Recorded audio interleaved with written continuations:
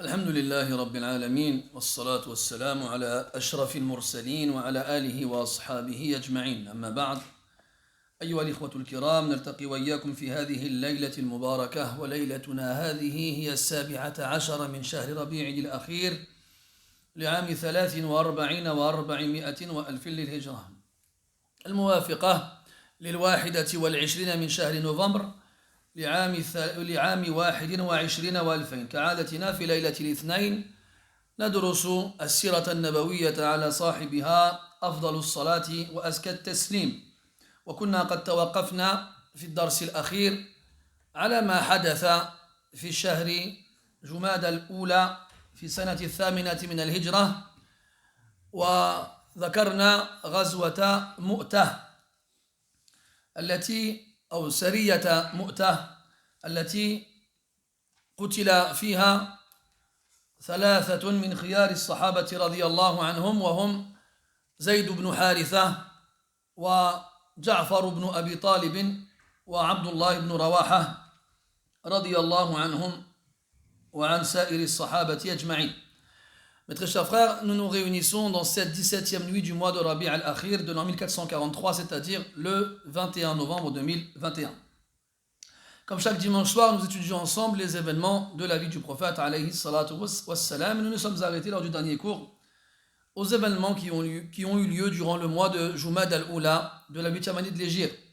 Et nous nous sommes arrêtés sur cette expédition militaire qui porte le nom de Mu'tah, dans laquelle le prophète alayhi salatu wassalam a envoyé ses compagnons afin de laver l'affront lorsque un de ses compagnons a été envoyé pour délivrer un courrier à Azim ou Bousra, et il a été tué. Puis après, on avait expliqué les détails de cette bataille mythique, cette bataille extraordinaire dans laquelle 3000 musulmans ont fait face et ont affronté 200 000 parmi leurs ennemis, 100 000 donc de l'Empire byzantin et 100 000 des Arabes qui se sont joints à eux. Et dans cette expédition, dans cette bataille, 3 parmi les meilleurs des compagnons du prophète sallallahu alayhi wa sallam furent tués: Zayd ibn Haritha et Ja'far ibn Abi Talib et enfin Abdullah ibn Rawaha. Et à la fin, alhamdulillah, Allah leur a permis de leur faire face et de leur tenir tête et leur a évité la défaite. ومما بقي ذكره خلال هذا الشهر وهو سرية ذات السلاسل. بعث النبي صلى الله عليه وسلم عمرو بن العاص رضي الله عنه ومعه 300 من أصحابه إلى العرب الذين انضموا إلى جيش الروم لقتال المسلمين. ووقع اختيار النبي صلى الله عليه وسلم على عمرو لأن أبا أمه كان ينتمي إلى قبيلة من قبائل العرب الذين يقطرون بقرب الشام، وهم بنو بلي بلي. فرأى النبي صلى الله عليه وسلم أن يذهب إليهم عمرو لقرابة بينه وبين إحدى القبائل. فلما بلغ عمرو موقعا يقال له ذات السلاسل، وجد أن القوم قد استعدوا لمواجهتهم ولقتالهم، فأرسل إلى النبي صلى الله عليه وسلم يستمده بمدد. فأرسل إليه النبي صلى الله عليه وسلم 200 من أصحابه وأمره أن يلقنهم درسا لانضمامهم إلى الروم في قتال المسلمين. ومع من أرسلهم إليه أبو عبيدة ابن الجراح رضي الله عنه وارضاه. وجرت حرب بين الفئتين، ولما جاء المدد من النبي صلى الله عليه وسلم ورأى العدو إقبالهم عليهم ملأ الرعب قلوبهم ففروا هاربين، ونجى الله تعالى المسلمين. ووقعت هذه السرية كذلك في شهر جمادى الآخرة تلو الأولى بشهر في السنة نفسها وهي الثامنة من الهجرة. Il reste un dernier événement à évoquer à la suite du précédent, c'est celle qu'on appelle Dhatus Salasil. En général, lorsqu'il y a des événements qui se passent, on leur donne le nom de l'endroit où l'événement a eu lieu ou en rapport avec quelque chose qui s'est passé durant cet événement-là. À ce moment-là, le prophète, alayhi salatu wassalam, après qu'il ait su que des Arabes du nord du Cham s'étaient joints à l'empire byzantin dans la guerre qu'ils ont livrée contre les musulmans, le prophète, alayhi salatu wassalam, a voulu les dissuader de recommencer. Il a donc levé une armée composée de 300 personnes et à la tête de laquelle il a désigné Amr ibn al-As radiyallahu anhu. Pourquoi est-ce qu'il a choisi Amr ibn al-As? Parce que Amr ibn al-As avait dans la famille de sa mère une proximité avec une des tribus des Arabes qui vivaient dans cette région-là. Et le but était donc de dissuader les Arabes de recommencer. Alors Amr radiyallahu anhu se dirige vers le nord et arrivé à un endroit qu'on appelle Dhatus Salasil, il constate que les Arabes étaient déjà prêts à les accueillir et avaient eux-mêmes levé une armée et étaient prêts à les combattre. Alors Amr ibn al-As radiyallahu anhu, il a envoyé un émissaire auprès du prophète alayhi salatu wassalam pour lui demander du renfort. Et le prophète lui a envoyé 200 compagnons supplémentaires avec lesquels il y avait Abu Ubaïda ibn Jarrah radiyallahu anhu. Lorsque la bataille a commencé, légèrement et brièvement, le renfort est arrivé et a rejoint l'armée de Amr.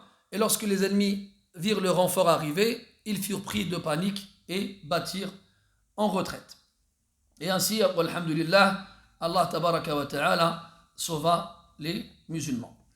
Et on a appelé cet événement-là Dhatus Salasil parce que l'endroit où Amr est arrivé à trouver l'armée adverse se nommait ainsi. Et cet événement-là s'est passé un mois après la bataille précédente de Mu'tah, soit au mois de Jumad al-Akhira de la 8e année de l'Hégire.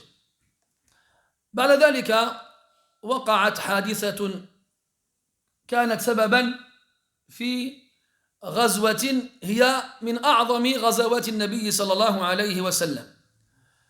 وقعت تلك الحادثة في شهر شعبان. وتعلمون أن النبي صلى الله عليه وسلم لما صالح قريشا في الحديبية اتفقوا على إباحة دخول قبائل العرب مع من يشاء من كلا الطرفين. فدخلت في عهد النبي صلى الله عليه وسلم خزاعة، ودخلت في عهد قريش قبيلة مشهورة عند العرب يقال له بنو بكر.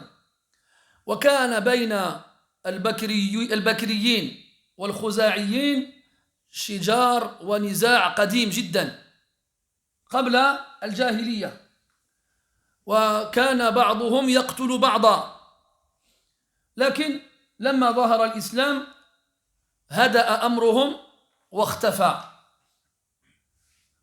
وخلال شهر شعبان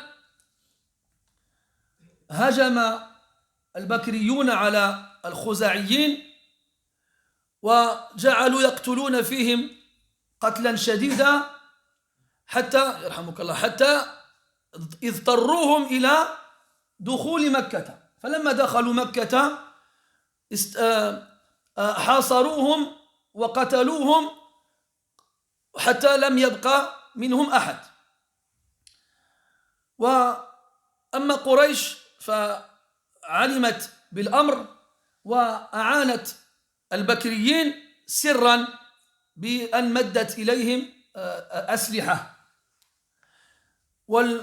والأمر الذي غاب عن أذهانهم أن كثيرا من خزاعة دخلوا الإسلام. فلما قتل عدد كبير منهم ذهبوا إلى النبي صلى الله عليه وسلم ليخبروه بالأمر، فقال عليه الصلاة والسلام والله لأمنعنكم بما أمنع به نفسي لأمنعنكم بما أمنع به نفسي. Juste quelques temps après, toujours durant la 8e année de l'Hégire, il s'est passé un événement crucial qui va être la cause d'une des plus grandes batailles que les musulmans vont livrer avec le prophète alayhi salatu wassalam. On se souvient que lors du pacte de l'Hudaybiyah, le prophète sallallahu alayhi wa sallam et Quraysh se sont mis d'accord sur différents points. Et parmi ces points-là, c'est que toutes les tribus arabes qui voudraient se joindre à l'une des deux parties en avaient le droit. Et donc parmi les tribus arabes qui se sont jointes au prophète alayhi salatu wassalam, il y avait Khuza'a. Et parmi les tribus arabes qui se sont jointes à Quraysh, Banu Bakr. Et ces deux tribus arabes étaient connues et réputées. Et surtout, il y avait entre elles une animosité et un conflit très ancien. Très ancien qui datait d'avant l'islam même. Et il y avait toujours des échanges entre eux et des tueries. Des vengeances anciennes qui remontent à très longtemps. Alors que Khuza'a était à proximité de la Mecque, ils furent attaqués par Banu Bakr. Alors, il y eut des combats durant lesquels certaines personnes de Khuza'a furent tuées. Et Banu Bakr s'arrangèrent pour forcer Khuza'a à fuir et à se réfugier à la Mecque. Le problème, c'est que Banu Bakr n'avait pas l'intention d'arrêter là. Ils ont suivi Khuza'a à la Mecque et ils ont continué à les attaquer jusqu'à ce qu'ils les tuèrent tous. Et un grand nombre donc, de Khuza'a qui étaient présents à ce moment-là furent tués. En sachant que Quraysh, vu qu'ils sont à la Mecque, voient ce qui se passe, sont au courant de ce qui se passe, et en plus de ça, ils ne participent pas directement, mais ils aident discrètement et secrètement Banu Bakr en leur donnant des armes pour qu'ils se débarrassent de ces quelques membres de la tribu de Khuza'a. Le problème, c'est qu'ils ont oublié que Khuza'a faisait partie du pacte du prophète sallallahu alayhi wa sallam et qu'en plus de nombreuses personnes chez eux s'étaient converties à l'islam. Après cet événement-là, Khuza'a se sont rendus auprès du prophète alayhi salatu wa sallam pour l'informer de ce qu'il s'était passé. Et là, le prophète alayhi salatu wa sallam, il a juré qu'il les défendrait comme il se défendrait lui-même et qu'il allait donc se tenir à leur côté pour laver cet affront et venger la mort de ceux qui furent tués.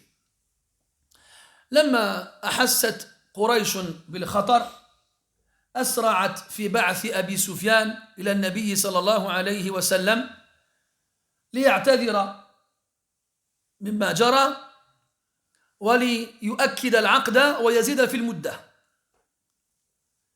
لكن لما بلغ المدينة وكلم النبي صلى الله عليه وسلم أبى النبي صلى الله عليه وسلم أن يجيبه فظل ساكتا وكما قال الأعمش إن في السكوت لجوابا. فذهب أبو سفيان إلى أبي بكر رضي الله عنه وطلب منه أن يكلم النبي صلى الله عليه وسلم فقال أبو بكر أما أنا أو والله ما أنا بفاعل. ثم ترك أبو سفيان أبا بكر وذهب إلى عمر بن الخطاب رضي الله عنه وسأله مثل ما سأل أبا بكر فكان جواب عمر يختلف عن جواب أبي بكر ورد عليه ردا عنيفا وقال ما معناه والله لو لم أجد إلا الذرة لجاهدتكم به يعني النملة وطرده ورفض أمره. ثم ذهب إلى علي رضي الله عنه وسأله مثل ما سأل صاحبيه فقال له علي أشير إليك أن ترفع صوتك بين الناس لتستجير أحدا منهم لعل أحدا منهم يجيبك. ففعل أبو سفيان فما أجابه أحد من أهل المدينة. ولما كان أبو سفيان بالمدينة استغل الفرصة لزيارة ابنته أم حبيبة رضي الله عنها رملة بنت أبي سفيان. وكما تذكرون كانت ممن هاجرت الهجرة الأولى إلى الحبشة ورجعت خلال وجود النبي بخيبر عليه الصلاة والسلام، وزوجها النجاشي النبي صلى الله عليه وسلم ودفع مهرها فأصبحت زوجة له. إذن استغل أبو سفيان وجوده بالمدينة ليزور بنته، فلما دخل عليها أراد أن يجلس على فراش مبسوط على الأرض، فوثبت أم حبيبة إلى الفراش وطوته عنه، فما فهم أبو سفيان صنيعها، فقال أرغبت به عني أم أرغبت بي عنه، أي عن الفراش؟ فقالت له أم حبيبة رضي الله عنها هذا فراش رسول الله وأنت رجل مشرك نجس، ولا ينبغي لمشرك مثلك أن يجلس على فراش رسول الله صلى الله عليه وسلم. فتحير أبو سفيان وقال والله يا ابنتي لقد أصابك بعدي شر. ثم رجع أبو سفيان إلى مكة خائبا، لم يجد بغيته عند أحد حتى عند أقرب الناس إليه وهي ابنته. Quraysh, après qu'ils aient appris que le prophète alayhi salatu wassalam avait dit ce qu'il avait dit, en apprenant ce qu'il s'était passé avec Khuza'a, ont senti le danger. Ils savent que ce n'est pas le moment de rentrer en guerre avec le prophète alayhi salatu wassalam. Et ça les arrangeait eux aussi qu'il y ait une trêve qui devait durer 10 ans.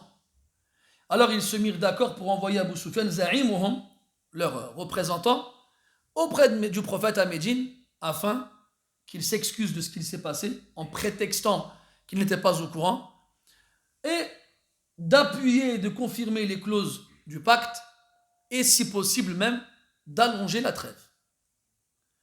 Abu Sufyan, il arrive à Médine, et il va voir le prophète, alayhi salatu wassalam, et il s'excuse, et il lui parle, et le prophète ne lui répond pas, alayhi salatu wassalam. Il ne lui répond même pas. Il l'ignore. Abu Sufyan a compris le message. Et comme les salafis disaient, il y a dans le silence une réponse. Et l'intelligent, il comprend par l'allusion. Alors Abu Sufyan, qu'est-ce qu'il fait? Il va voir Abu Bakr. Et il lui demande d'intercéder en sa faveur auprès du prophète, alayhi salatu wassalam. Abu Bakr lui dit, non, je ne le ferai pas. Alors Abu Sufyan, il va voir Omar. Et il lui demande la même chose qu'il a demandé à Abu Bakr. Mais Omar ne lui a pas répondu de la même façon qu'Abu Bakr. Il lui a répondu, entre guillemets, durement et sèchement. Et il lui a dit, Wallah, que si je ne trouvais rien d'autre qu'une fourmi pour vous combattre avec, je l'aurais fait. Tu vas me demander à moi d'aller voir le prophète pour toi? Alors Abu Sufyan, il est parti voir Ali ibn Abi Talib radiyallahu anhu. Et il lui a demandé la même chose qu'il a demandé à Abu Bakr et Omar. Ali lui dit, écoute, moi si tu veux, je te propose une chose, va sur la place du marché et appelle et demande aux gens ici si quelqu'un veut bien te donner sa protection. Peut-être que quelqu'un te répondra. Et Abu Sufyan, il dit, d'accord, il y va, il appelle et personne ne lui répond. Ils l'ont tous ignoré. Mais il ne faut pas oublier que c'est Abu Sufyan, c'est Za'im Quraysh.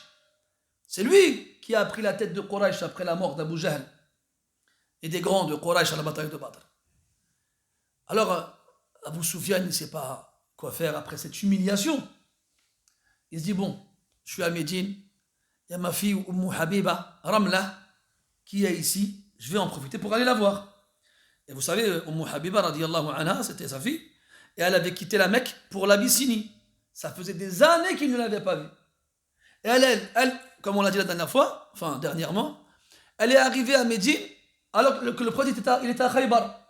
Parce que les derniers musulmans qui étaient en Abyssinie ont été envoyés par Al-Najashi et Habiba a été mariée au prophète par Al-Najashi, c'est même lui qui a payé sa dot.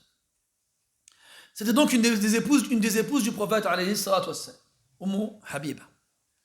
Et donc il va la voir. Il rentre chez elle, il veut s'asseoir, il trouve une couverture, comment dirais-je, posée par terre qui fait office comment dirais-je, d'assise.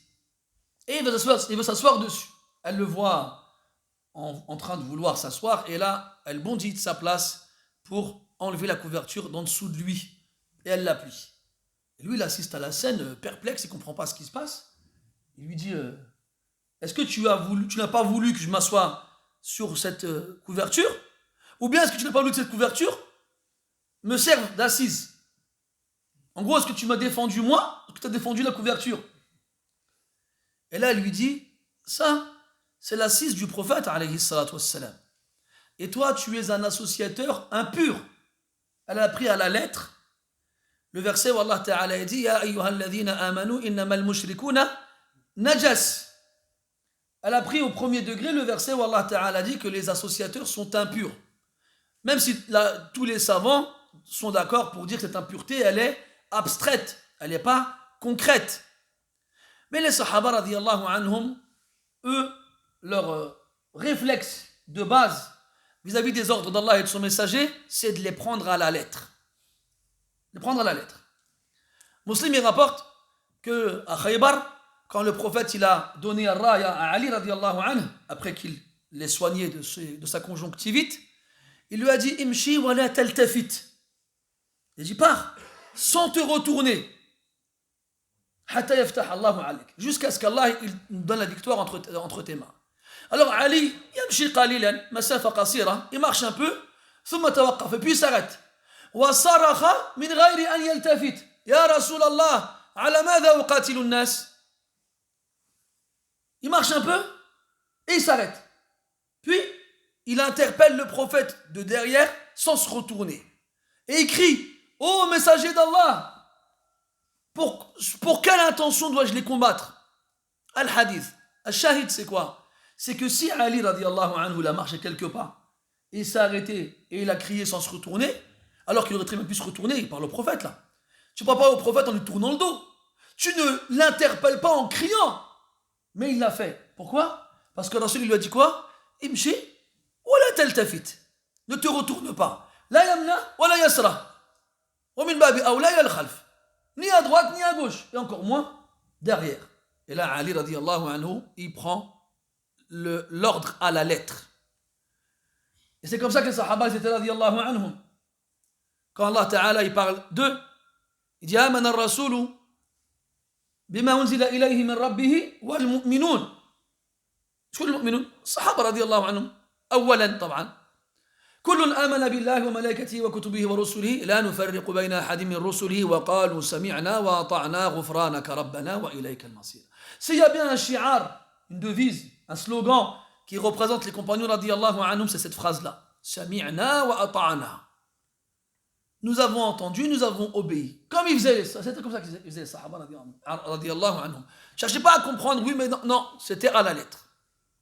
Puis par la suite, s'il fallait qu'on leur explique, on leur expliquait que ce n'était pas ainsi qu'il fallait le comprendre. Ala kulli hal, c'est la première des choses.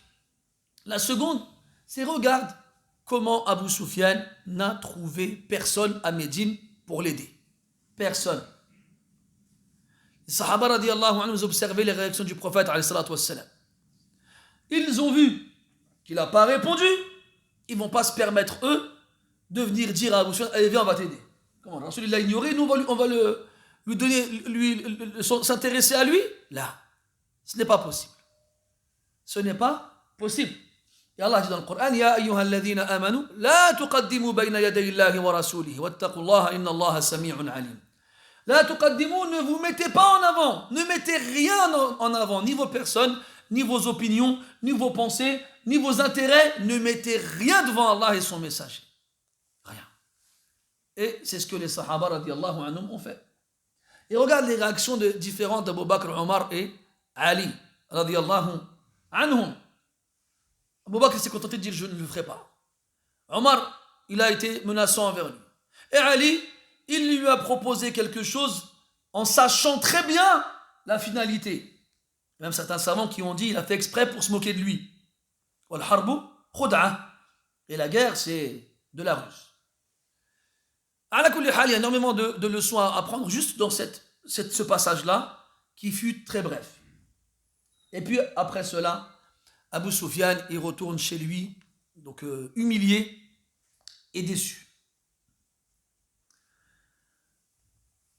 بعد ذلك بعد عودة أبي سفيان إلى مكة تجهز النبي صلى الله عليه وسلم للرحيل واستنفر العرب الذين هم حول المدينة وجعل يدعو الله تبارك وتعالى قائلا اللهم خذ العيون والأخبار عن قريش حتى نبغتها في بلادها لأنكم تعلمون أن في مثل هذه الأوضاع يكثر الجواسيس وتنتشر الأخبار في لمحة البصر فلذلك دعا النبي صلى الله عليه وسلم ربه أن يكتم أمره حتى لا يعلم به أحد وزيادة في كتمان خبره بعث أبا قتادة الأنصاري رضي الله عنه ومعه 60 من الصحابة إلى مكان يقال له إضم وكان يبعد عن المدينة بنحو 60 كيلو. لماذا فعل ذلك؟ ليظن الظانون أن النبي صلى الله عليه وسلم يقصد تلك الناحية وهي في مخالفة طريق مكة. وفي خضم ذلك وقع أمر في غاية الغرابة. حاطب ابن أبي بلتعة رضي الله عنه كتب كتابا إلى قريش ليخبرهم بقدوم النبي صلى الله عليه وسلم إليهم قريبا واستأجر امرأة لإيصال هذا الكتاب إلى قريش. وبعد فترة قصيرة دعا النبي صلى الله عليه وسلم عليا وعمارا والمقداد ومرثد رضي الله عنهم وأمرهم أن يذهبوا فورا إلى مكان يقال له روضة خاخ فإذا بلغوا ذلك المكان وجدوا فيه امرأة معها كتاب فأتوني بالكتاب. فذهب الصحابة رضي الله عنهم إلى ذلك المكان فوجدوا فيه ضعينة أي مسافرة امرأة على سفر على وفق وصف النبي صلى الله عليه وسلم لها فجعلوا يفتشون في رحلها ثم قالوا لها لقد علمنا أن معك كتابا فأخرجيه فأنكرت أن يكون معها كتاب فكاد عمار أن يرجع وقال ما فحواه ليس معها شيء فقال علي رضي الله عنه بلى إن كان النبي صلى الله عليه وسلم قد أخبر بذلك فهو حق ثم قال لها يا هذه إما أن تخرج الكتاب وإما أن نجردك وإما أن نخلع عنك ثيابك فلما رأت عزيمتهم أخرجت الكتاب من نطاقها ثم أخذوا الكتاب إلى النبي صلى الله عليه وسلم واستدعى النبي صلى الله عليه وسلم حاطبا وقال له ما حملك على ما فعلت فقال حاطب إن لي بمكة أهلا وأقاربا وأموالا وليس لي فيها من يجيرني ويمنعني فأردت أن أكون لي عندهم يد أو أن تكون لي عندهم يد حتى يتركوا أقاربي وأهلي وأموالي ولم يفعل ذلك ردة عن الإسلام. فقال عمر رضي الله عنه: يا رسول الله دعني أضرب عنق هذا المنافق فإنه قد خان الله ورسوله. فقال النبي صلى الله عليه وسلم: دعه يا عمر فإنه قد شهد بدرا وما يدريك لقد اطلع الله تعالى على أهل بدر فقال: اعملوا ما شئتم فقد غفرت لكم. وفي رواية قال: لن تمس النار أحدا شهد بدرا. فذرفت عينا عمر رضي الله عنه وقال: الله ورسوله أعلم. Puis, après le retour de Abu Sufyan à Mecca, le prophète alayhi salatu wassalam se prépare pour justement se rendre à la Mecque. Et il ordonne aux tribus arabes à proximité de Médine de se préparer à partir avec lui. Et il invoque Allah subhanahu wa ta'ala afin que aucun espion et aucune information n'atteigne Quraysh pour les tenir au courant de ce qu'ils se préparent. Car il voulait les surprendre. Il voulait surprendre Quraysh chez eux à la Mecque, sans qu'ils n'aient pu le savoir au préalable et sans qu'ils n'aient pu se préparer. Et d'ailleurs, pour brouiller les pistes encore plus, le prophète alayhi salatu wassalam, il a levé un groupe d'une 60aine de personnes, avec à leur tête Abu Qatada al-Ansari radiyallahu anhu, et il les a envoyés une direction opposée, à peu près 60 km de Médine, à l'endroit qu'on appelle Ibn, pour que dans le cas où des gens observeraient les déplacements, ils se disent qu'ils vont ailleurs et qu'ils ne comptent pas se rendre à Mecca. Et vous le savez, on en a déjà parlé de nombreuses fois, parmi les armes les plus, puissantes dans la guerre, c'est l'information. C'est pour ça que justement, un peu partout, il y avait des espions, il y avait des informateurs qui, moyennant salaire, allaient dire aux gens ce qu'ils voulaient savoir. Et pendant ce temps-là, pendant les préparatifs du voyage, il s'est passé quelque chose d'étrange, de très étrange.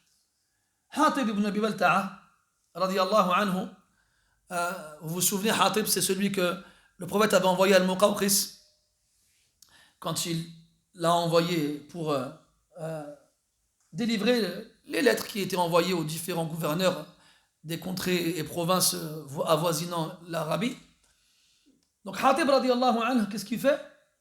Il écrit un courrier à l'attention de Quraysh dans lequel il les informe que le prophète s'apprête à les attaquer. Et il va voir une femme qui était sur le point de voyager en direction de la Mecque. Il lui confie le courrier et il lui donne un salaire pour qu'elle l'amène à bon port. Et elle part. À peine quelques temps après, le prophète sallallahu alayhi wa sallam, il convoque quelques-uns de ses compagnons, Ali, Ammar, El-Miqdad et Marthad, et il leur dit: vous allez vous rendre à un endroit qu'on appelle Rawdatu Khakh. Là-bas, vous trouverez une femme. Cette femme, elle a avec elle un courrier. Ramenez-le-moi. Al-Khabar min as-sama. La révélation. Et Allah Ta'ala lui a donc donné ces informations. Les quatre prennent leurs chevaux et se dirigent vers l'endroit en question. Arrivés sur place, effectivement, ils trouvent une femme. Alors, ils vont la voir et ils commencent à fouiller ses affaires. Ils ne trouvent rien.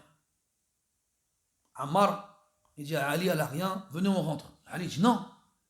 Le prophète nous a dit qu'elle avait un courrier avec elle, elle a un courrier avec elle, c'est obligatoire. Après, il lui dit: écoute-toi, soit tu sors le courrier, soit on t'enlève tes vêtements. Il faut savoir que les Arabes n'avaient pas ces habitudes.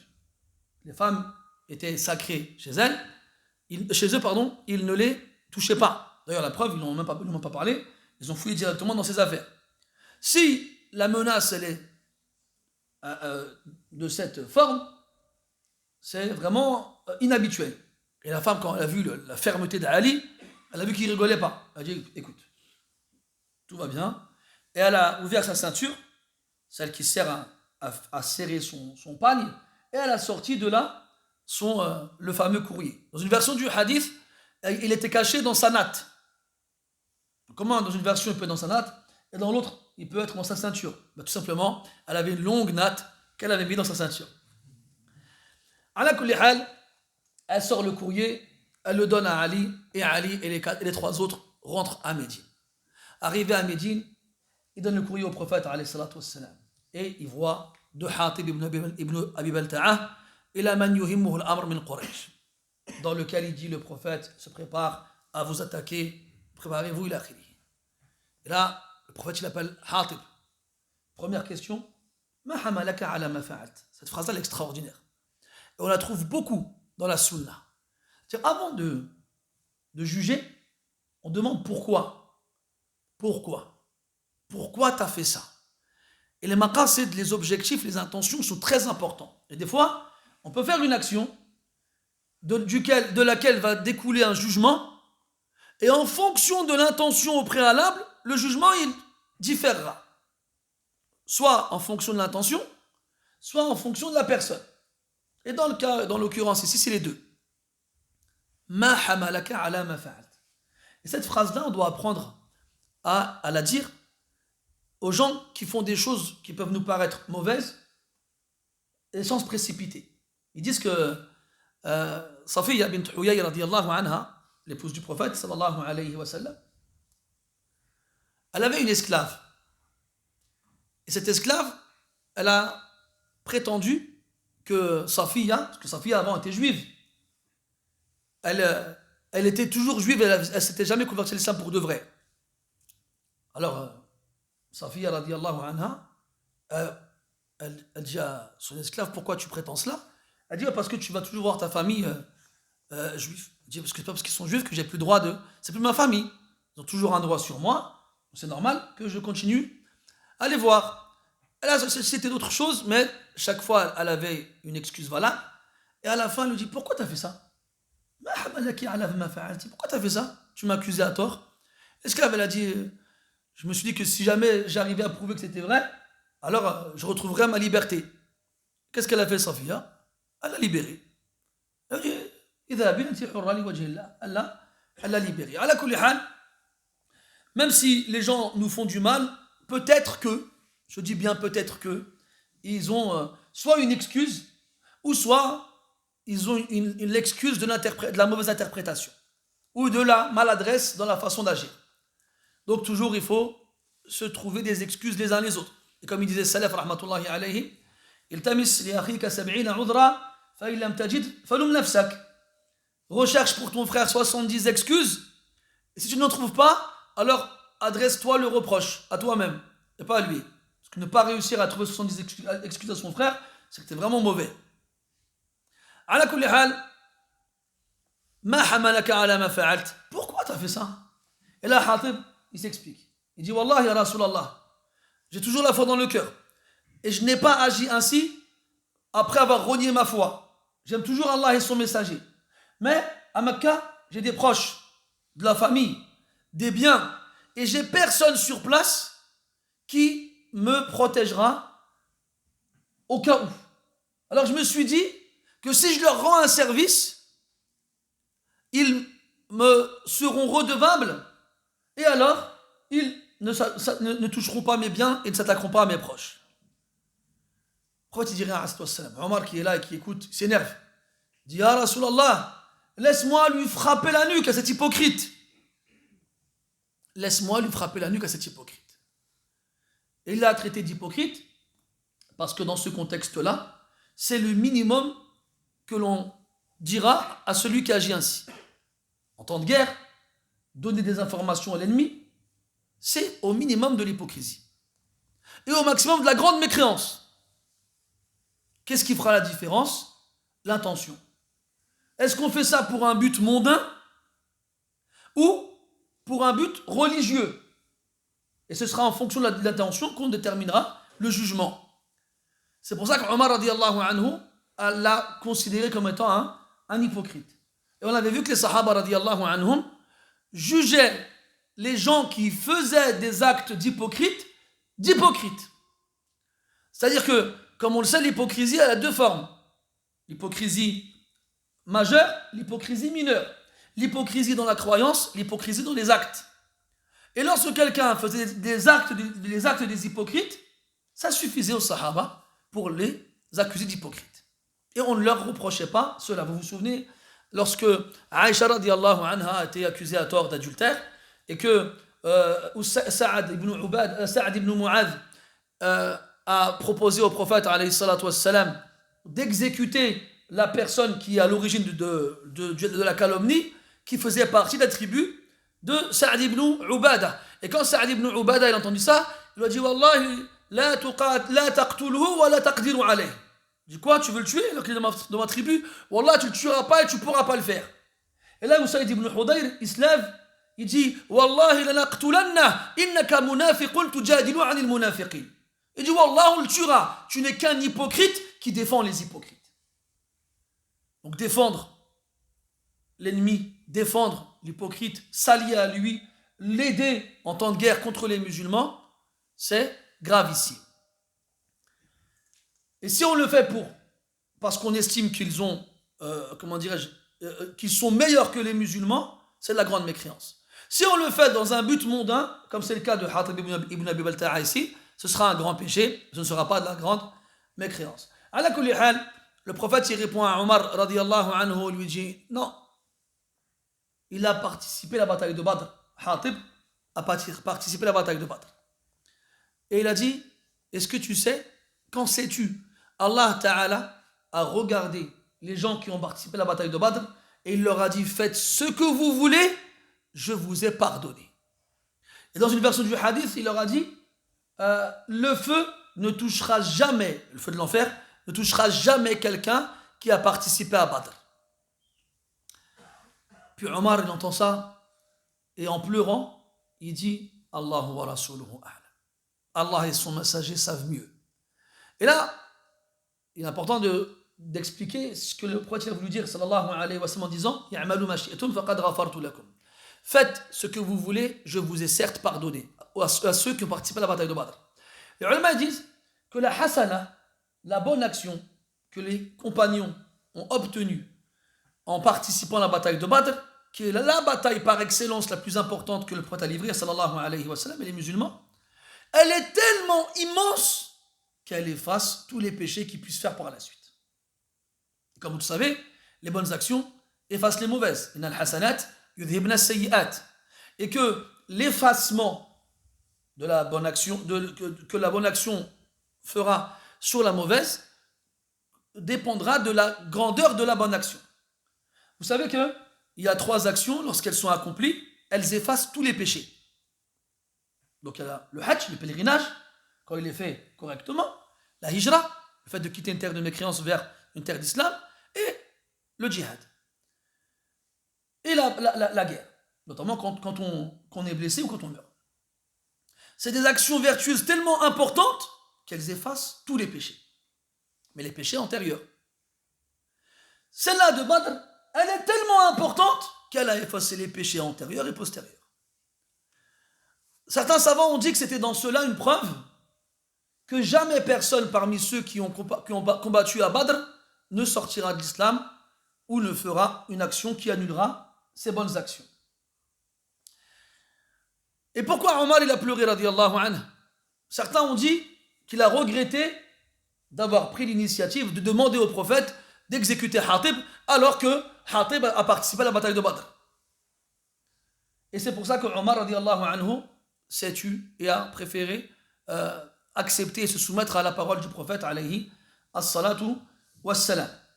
Ala kulli hal, tout ça pour montrer que al-haja, le besoin, il ne justifie pas tout. Comme on dit en français, en arabe, ça existe aussi, al-ghayatu tubarriru al-wasila. En français, la fin justifie les moyens. C'est faux. C'est une règle qui n'existe pas en islam. Ce n'est pas parce que tu as une noble intention qu'elle te permet de faire des actes interdits. Ce n'est pas permis. Ça reste interdit. Donc cette règle-là de la fin justifie les moyens, elle n'est pas applicable, elle n'est pas correcte, elle n'est pas en conformité avec les règles de l'islam. وخلال شهر رمضان 10 أيام بعد بدايته غادر النبي صلى الله عليه وسلم المدينة ومعه 10 آلاف من أصحابه من المهاجرين والأنصار ومن العرب الذين استنفرهم لأجل هذا. ولما بلغ النبي صلى الله عليه وسلم الجحفة، وهي منطقة معروفة بقرب المدينة، جاءه عمه العباس مع أهله مسلما مهاجرا، ففرح عمر بإسلام العباس فرحة شديدة، حتى قال له عمر: والله كان إسلامك أحب إلي من الخطاب نفسه، لعلمي أن النبي صلى الله عليه وسلم يحب ذلك. فانضم العباس رضي الله عنه إلى النبي صلى الله عليه وسلم، وتقدموا قليلا حتى بلغوا الأبواء، فإذا برجلين من قرابة النبي صلى الله عليه وسلم يلحقان بالجيش لغرض العباس نفسه، وهو الإسلام والهجرة. من هما؟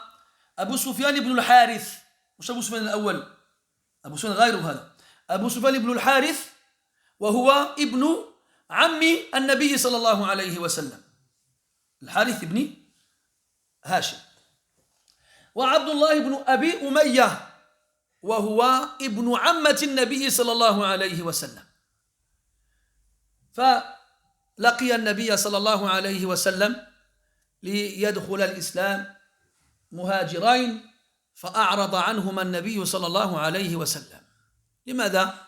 لأن الرجلين كانا شديد العداوة للنبي صلى الله عليه وسلم وهو بمكة، وكان يهجوانه في شعر وغير ذلك، فأبى النبي صلى الله عليه وسلم أن يستقبلهما وأن يكلمهما، فنصحته زوجته أم سلمة رضي الله عنها، وقالت له رضي الله عنها: لا يكن ابن عمك وابن عمتك أشقى الناس بك. فسمعها النبي صلى الله عليه وسلم وقبل توبتهما وإسلامهما وهجرتهما.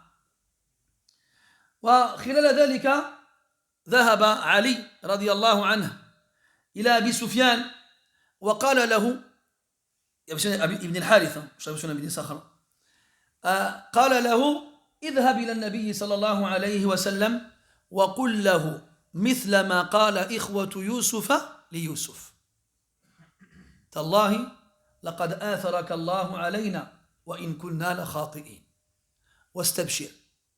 ففعل، وذهب إلى النبي صلى الله عليه وسلم وقال له ذلك، فقال لهما النبي صلى الله عليه وسلم: لا تثريب عليكم اليوم يغفر الله لكم وهو أرحم الراحمين. Puis, alors que le mois de Ramadan venait de commencer, on est dans la 10e journée, subhanallah, la bataille de Badr a eu lieu pendant le mois de Ramadan, à la 2e année de l'Hégire, et 6 ans plus tard, encore pendant le mois de Ramadan, la conquête de la Mecque. Donc, le prophète prend la route et quitte Médine. Avec lui, une armée de 10 000 personnes. Et alors qu'ils arrivent à Al-Juhfa, vous vous souvenez, le Juhfa, c'est une région proche de Médine. Oh, je t'ai pas vu, toi, mashallah. Non, laissez le sinon il va Hachem.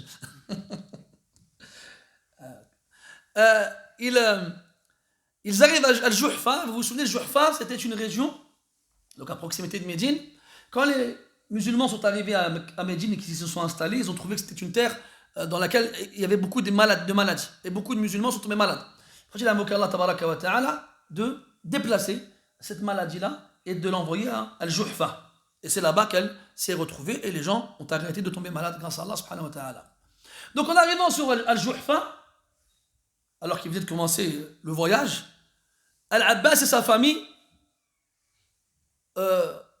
rejoignent le prophète alayhi salatu wassalam. Al-Abbas ibn Abd al-Muttalib, l'oncle du prophète alayhi salatu wassalam. Il vient musulman pour faire la hijra. Lui, il ne sait pas ce qui se passe. Lui, il était dans l'intention de venir à Médine pour s'y installer, pour y faire la hijra en tant que musulman. Et là, le prophète sallallahu alayhi wa sallam, il le reçoit, il l'accueille, et les gens sont contents de cette nouvelle conversion. Pourquoi est-ce qu'ils sont contents? Ils sont contents parce que c'est un membre de la famille du prophète alayhi salatu wassalam. Et les sahaba radiyallahu anhum, ils aimaient tellement le prophète qu'ils préféraient sa joie à la leur. Même dans des choses vraiment, vraiment qui leur tiennent à cœur. Qui les tiennent à cœur? Qui leur tiennent à cœur? Qu'ils veulent.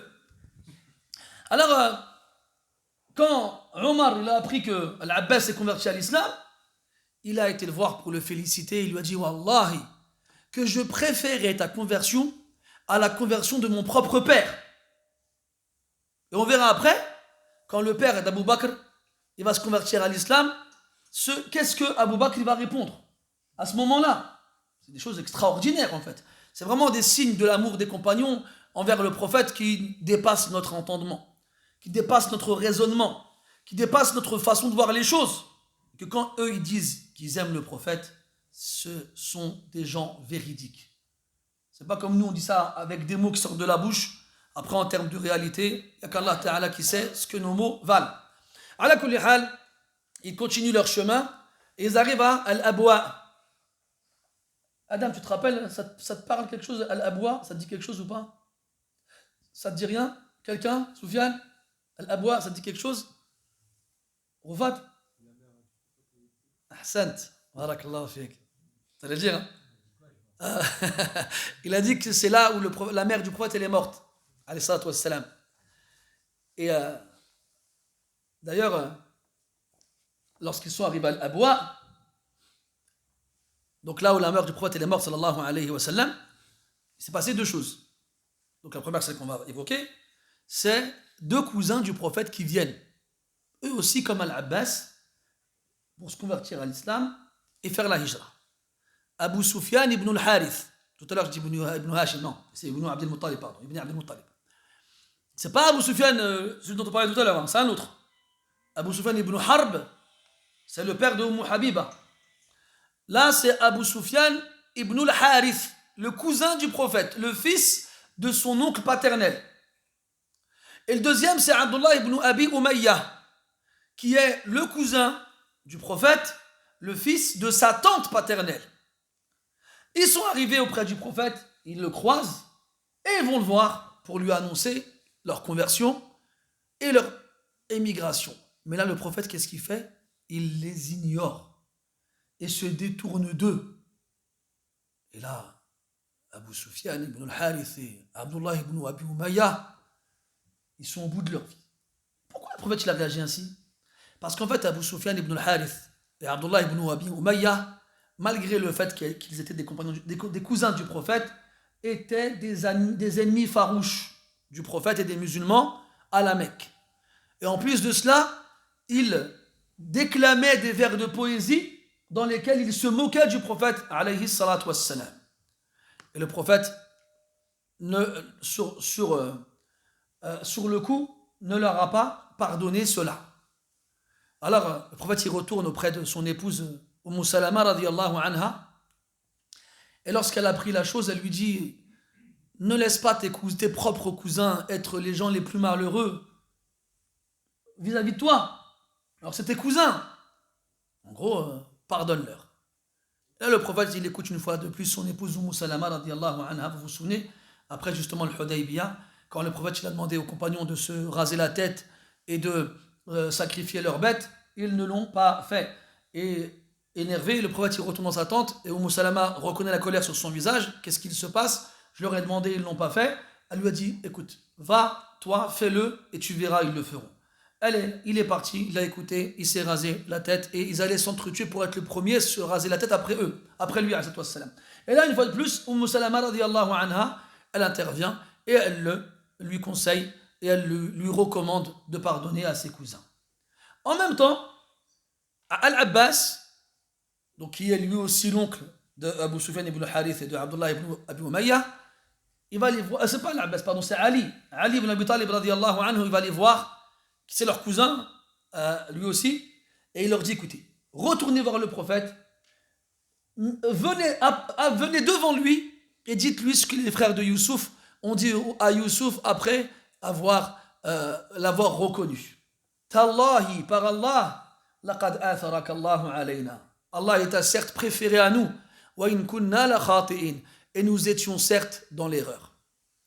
Et ils l'ont écouté. Donc à ce moment-là, le prophète il reprend la route. Il a entendu son épouse Salama. Il réfléchit. Et Abu Sufyan ibn al-Harith et Abdullah ibn Abi Umayya, ils font comme Ali leur a dit de faire.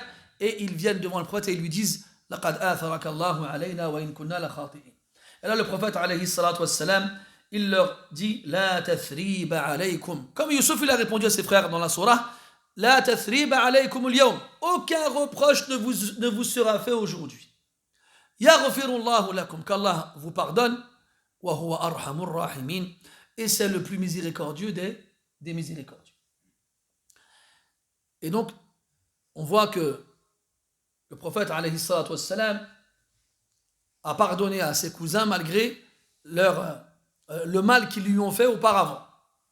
Et le prophète sallallahu alayhi wa sallam, comme Allah le décrit dans le Coran, وَمَا أَرْسَلْنَاكَ إِلَّا رَحْمَةً لِلْعَالَمِينَ. Et le prophète, comme Allah Ta'ala justement ordonne dans le Coran, pardonne. وَإِن تَعْفُوا وَتَصْفَحُوا وَتَغْفِرُوا فَإِنَّ اللَّهَ غَفُورٌ رَحِيمٌ وَلْيَعْفُوا وَلْيَصْفَحُوا وَلَا تُحِبُّونَ أَن يَغْفِرَ اللَّهُ لَكُمْ وَالَّذِينَ إِذَا مَا غَضِبُوهُمْ يَغْفِرُونَ إِلَى غَيْرِ ذَلِكَ. Donc de nombreux versets qui incitent les croyants à pardonner. وَالْعَافِينَ عَنِ النَّاسِ. Et ceux qui pardonnent aux gens. De nombreux versets qui incitent les croyants à pardonner. Et bien entendu, le prophète alayhi salatu wa sallam est le meilleur de ceux qui appliquent le Coran. Donc, il l'applique même si c'est difficile pour lui. C'est un humain, il a un cœur d'être humain, il a des sentiments d'être humain. Il ne faut pas croire que tout pour lui est, entre guillemets, facile. Lui aussi, il a des sentiments, lui aussi, il éprouve de la colère, lui aussi, il a son honneur, surtout quand tu entends qu'ils font des poésies où ils se moquent de toi, où ils entachent ton honneur. C'est dur pour le nefs d'accepter une chose pareille. Aucun nefs normal n'accepterait qu'on l'insulte. Et d'où la difficulté de pardonner. Mais il ne faut jamais oublier que le pardon, c'est quand il est difficile à donner qu'il donne beaucoup de récompenses. Et dans le hadith, Mazdada abdun bi'afwin illa izza. Parce que les gens, ils prennent le pardon pour de l'humiliation, pour de la faiblesse. Si je pardonne, les gens ne vont pas me respecter. Ils vont dire, regarde, ta vie, il lui a fait des trucs de fou et il l'a laissé partir. Non. Allah dit dans le hadith sallallahu alayhi wa sallam, lorsque quelqu'un il pardonne, il ne fait que gagner de la fierté. Bien au contraire. Et la fierté, c'est celle qu'Allah Ta'ala il donne. Ce n'est pas celle que les gens te donnent. Allah il dit subhanahu wa ta'ala, man kana yulidu al-izzata falillahi al-izzatu jami'a. Celui qui veut la fierté, qu'il sache qu'elle est entièrement auprès d'Allah subhanahu wa ta'ala. Dans notre verset, walillahi al-izzatu wa li rasulihi wa lil mu'minin. Et la fierté, l'izza, elle est à Allah, à son messager et aux croyants. Donc cherche dans les moyens donnés par Allah la izza. Ne la cherche pas chez les gens comme les gens la voient. Si les gens y voient dans le pardon faiblesse et humiliation, sache qu'auprès d'Allah tabaraka wa ta'ala, c'est de la fierté et de l'élévation. طيب. ومن توبة أبي سفيان بن الحارث وعبد الله بن أمية أن أنشد أبياتا في مدح النبي صلى الله عليه وسلم وتوبتهما ودخولهما الإسلام. Et aussi Abu Sufyan ibn al-Harith et Abdullah ibn Abi Umayya qui avaient fait des poèmes dans lesquels ils insultaient le prophète sallallahu alayhi wa sallam, se moquaient de lui après s'être convertis à l'islam et après que le prophète ait accepté leur repentir, ont fait des poèmes dans lesquels ils faisaient les éloges du prophète alayhi salatu wassalam et exprimaient leur repentir, et c'est ainsi qu'ils réparèrent leurs erreurs. Et ça, c'est une chose qu'il est important de faire. Et subhanallah, vous connaissez tous l'histoire d'un producteur hollandais, si je ne dis pas de bêtises, qui a fait un film contre l'islam. Il avait appelé ce film-là Fitna. Il a fait un film contre l'islam où il insulte le Coran, le prophète, il insulte l'islam.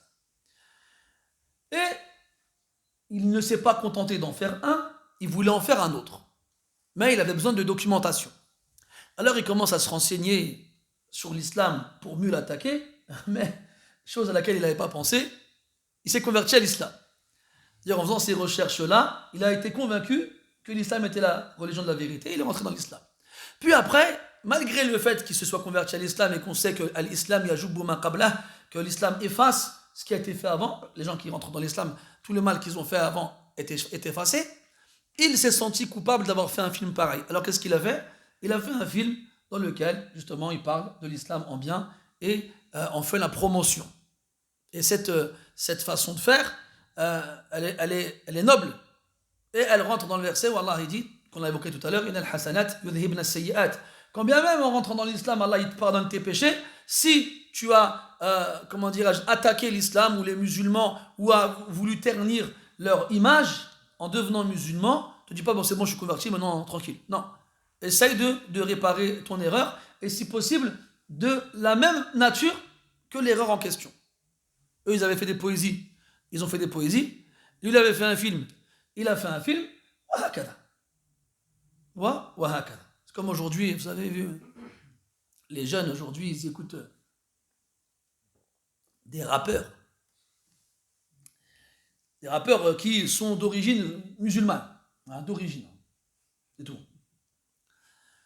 Et moi, le rap, j'ai rompu avec en 95. Donc ça fait longtemps que je ne sais plus ce qui se passe dans le game, comme ils disent aujourd'hui. Mais des fois, on me rapporte des paroles qu'on trouve dans certaines chansons aujourd'hui de rappeurs soi-disant musulmans.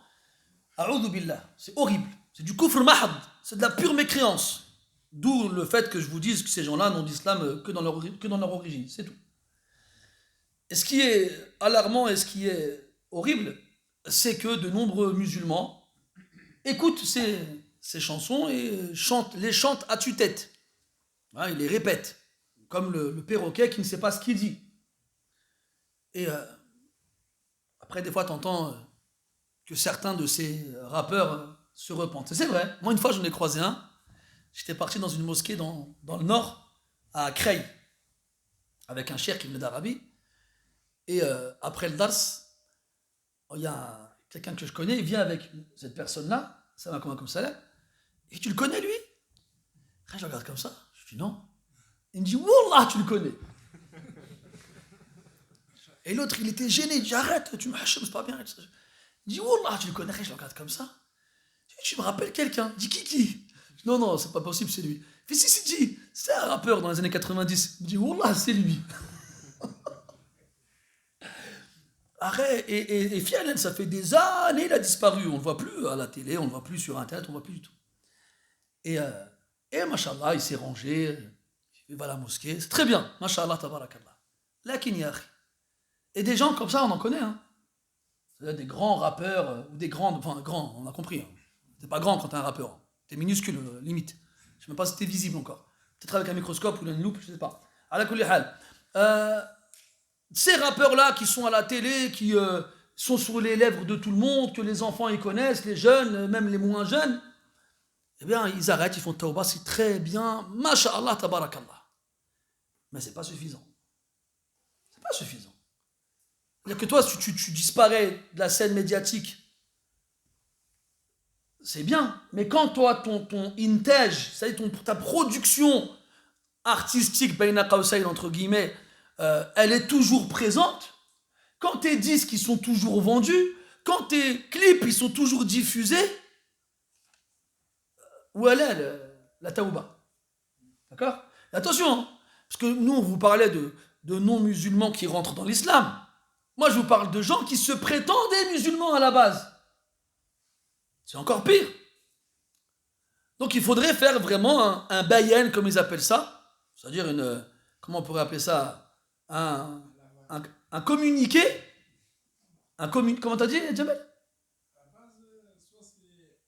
Non mais, oui quoi? Ah.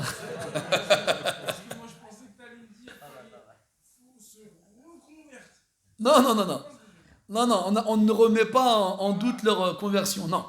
Je disais qu'ils doivent faire un communiqué où ils mettent en évidence, voilà, on était un mauvais exemple, on a fait des erreurs, on s'en est rendu compte, ne prenez pas comme exemple, n'achetez pas nos disques, il a Allah dit dans le Coran, euh, إن الذين يكتمون ما أنزلنا من البينات والهدى من بعد ما بيناه للناس في الكتاب أولئك يلعنهم الله ويلعنهم اللاعنون إلا الذين تابوا وأصلحوا وبينوا فأولئك أتوب عليهم وأنا التواب الرحيم. Donc quand il faut mettre en évidence des choses en rapport avec le péché duquel on se repent, alors ça fait partie du repentir. Ça fait partie du repentir. تفضل أخي. طيب نواصل.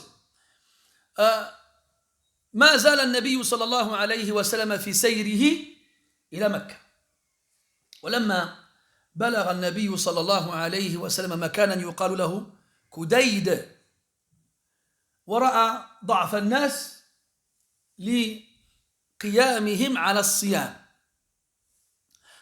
أفطر وأمرهم بالإفطار.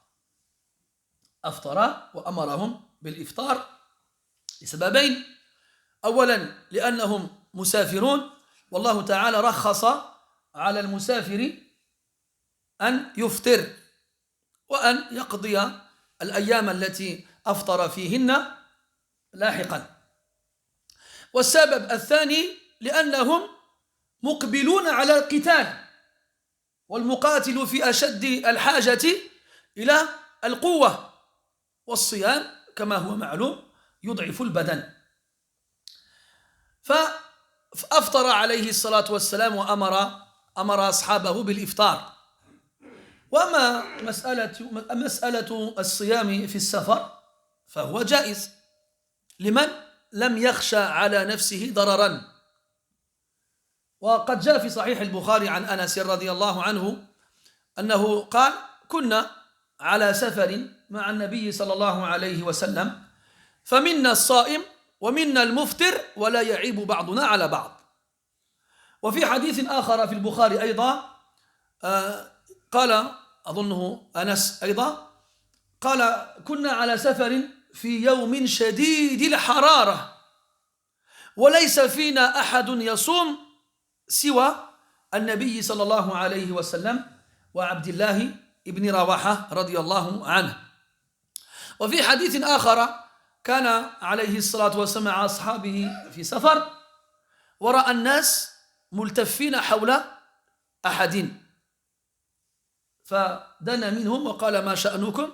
قالوا: فلان أغمي عليه وكان صائما، يعني لم يتحمل الصيام في السفر فأغمي عليه. فقال عليه الصلاة والسلام: ليس من البر الصوم في السفر. وأخذ العلماء من هذه الأحاديث كلها أنه يجوز للمسافر أن يصوم ما لم يخشى ضررا على بدنه بسبب الصيام، فإن كان الأمر كذلك فالأولى في حقه أن يفطر. وأما رخصة الإفطار في حق المسافر فهي معلومة مشهورة حيث ذكرها الله تعالى في القرآن. Le prophète il continue son chemin alayhi salatu wassalam vers la Mecque jusqu'à arriver à un endroit qu'on appelle Kudayd. Et là-bas, il apprend que les gens sont fatigués et épuisés parce que c'est le mois de Ramadan et les gens y jeûnent. Alors, qu'est-ce que le prophète il fait sallallahu alayhi wa sallam? Il se met au milieu des rangs pour être bien visible et il boit devant eux pour leur montrer qu'ils ne jeûnent pas et pour qu'ils en fassent autant. Donc il les a appelés à travers ses actions à rompre le jeûne. Pourquoi? Déjà premièrement parce qu'ils sont en voyage et il est permis aux voyageurs de rompre le jeûne si le jeûne peut lui apporter un mal, le nuire physiquement dans sa santé. Et deuxièmement, c'est parce qu'ils sont sur le point de combattre, de faire la guerre. Et le soldat, il a besoin de ses forces pour combattre. Donc s'ils arrivent sur place et qu'ils sont épuisés à cause du jeûne pendant le voyage, ils ne pourront pas combattre. Et nous apprenons donc ici que les Sahaba radiyallahu anhum jeûnaient malgré le voyage. Il faut savoir que ici, la grande partie de l'armée, elle est à pied. Et que c'est le Ramadan. Le Ramadan, on l'a appelé ainsi à cause de Ramda. Et Ramda, c'est le nom d'un vent chaud qui souffle en été en Arabie, quand il fait bien chaud. Donc, c'est l'été, il fait chaud, ils sont en voyage, ils marchent et ils jeûnent. Alors qu'Allah dit dans le Coran, فمن كان منكم